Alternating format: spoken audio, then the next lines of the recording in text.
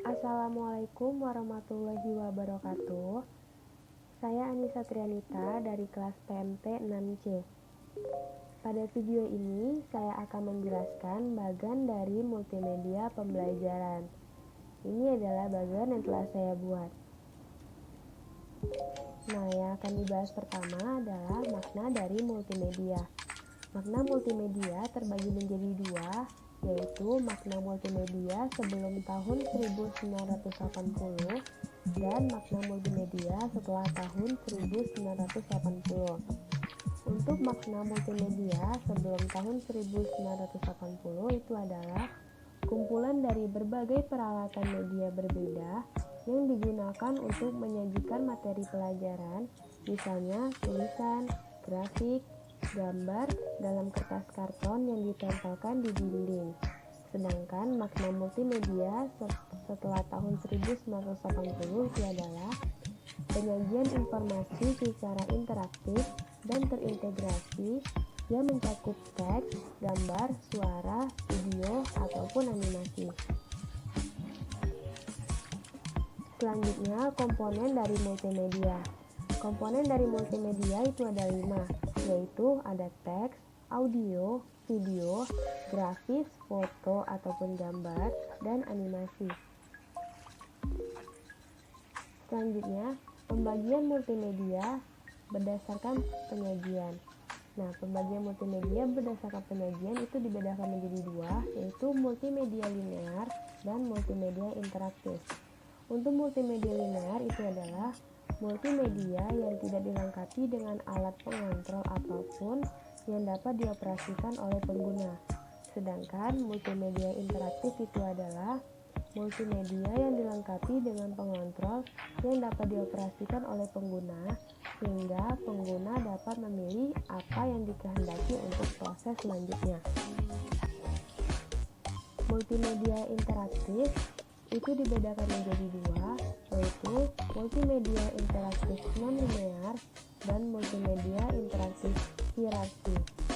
Multimedia interaktif non-linear itu adalah multimedia yang memungkinkan pemakai untuk bebas bergerak untuk melihat isi materi dengan cara berinteraksi. Pemakai dapat bergerak bebas ke materi manapun. Sedangkan multimedia interaktif hierarki adalah multimedia yang mana pemakai memilih pilihan, tetapi topik-topik dapat dibagi menjadi subtopik yang lebih spesifik.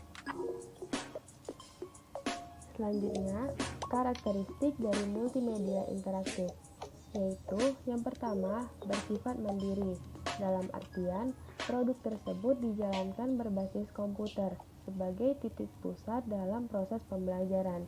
Yang kedua, interaktivitas, yaitu memberikan kesempatan berinteraksi langsung dengan media dengan bantuan keyboard, mouse, sentuhan pada layar, atau bentuk yang lainnya. Yang ketiga, harus memberikan kontrol sepenuhnya pada pengguna untuk menghentikan, mencatat hal yang penting, memutar ulang bagian yang belum dipahami. Dan yang keempat, dari segi konten, didesain untuk mengatasi keterbatasan ruang, jarak, dan statisnya model media konvensional. Selanjutnya, strategi penyajian multimedia interaktif, yaitu ada 4. Yang pertama ada tutorial. Tutorial adalah penyampaian materi yang dilakukan secara tutorial sebagaimana layaknya yang dilakukan oleh guru. Yang kedua, ada simulasi. Simulasi yaitu suatu program yang mencoba menyamai proses dinamis yang terjadi di dunia nyata. Yang ketiga itu ada drills, yaitu program yang menyediakan serangkaian soal ataupun soal yang biasanya ditampilkan secara acak. Yang keempat, ada game. Game adalah program pembelajaran yang menyediakan bentuk permainan yang mengacu pada proses pembelajaran di mana di dalamnya terdapat aktivitas belajar sambil bermain. Selanjutnya, Level interaktivitas. Level interaktivitas suatu media pembelajaran menunjukkan seberapa aktif pengguna dalam berinteraksi dengan program. Ada 3 level interaktivitas pada media pembelajaran. Yang pertama itu ada pada kategori rendah, yaitu ada navigasi video, navigasi audio, dan kontrol animasi. Navigasi video ataupun audio adalah tombol yang berfungsi sebagai kontrol jalannya audio atau video tersebut.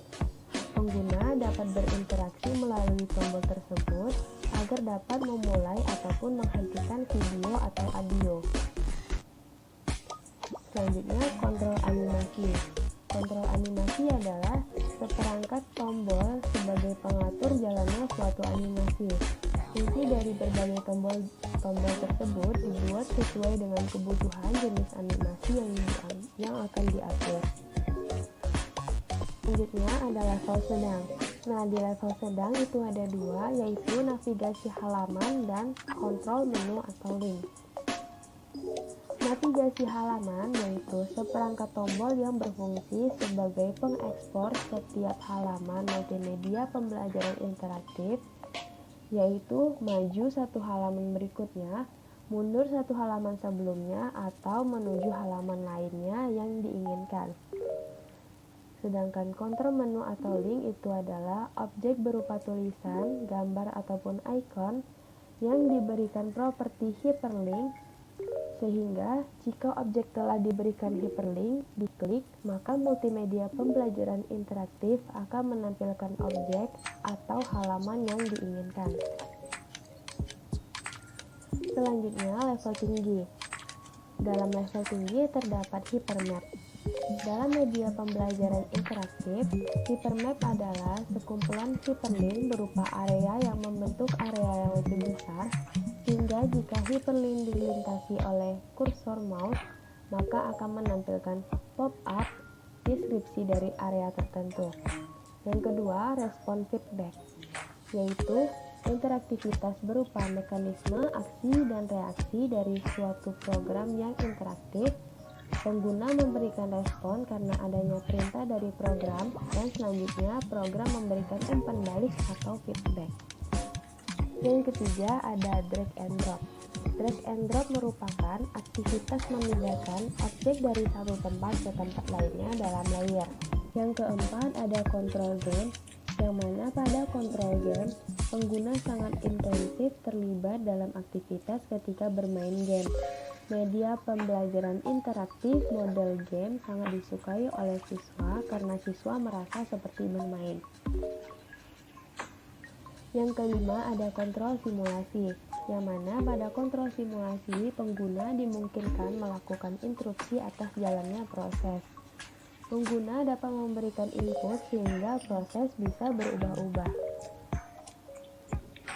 Selanjutnya, manfaat dari multimedia, yang mana manfaat dari multimedia yaitu yang pertama, memperbesar benda kecil yang tidak dapat ditangkap oleh mata, ataupun memperkecil benda yang sangat besar yang tidak mungkin dihadirkan di sekolah.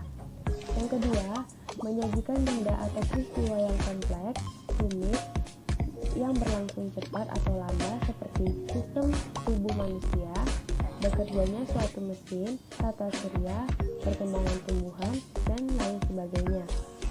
Yang ketiga, menyajikan benda atau peristiwa yang jauh ataupun berbahaya. Yang keempat, terdapat situasi di mana siswa tidak perlu malu melakukan kesalahan, belajar saat kebutuhan muncul, dan belajar tanpa terikat waktu. Dan yang kelima, dapat mengakomodasi cara belajar yang berbeda-beda sesuai kemampuan, kesiapan, serta dapat menyesuaikan kemampuan diri. Sekian video penjelasan dari saya. Apabila ada kesalahan saya mohon maaf. Assalamualaikum warahmatullahi wabarakatuh.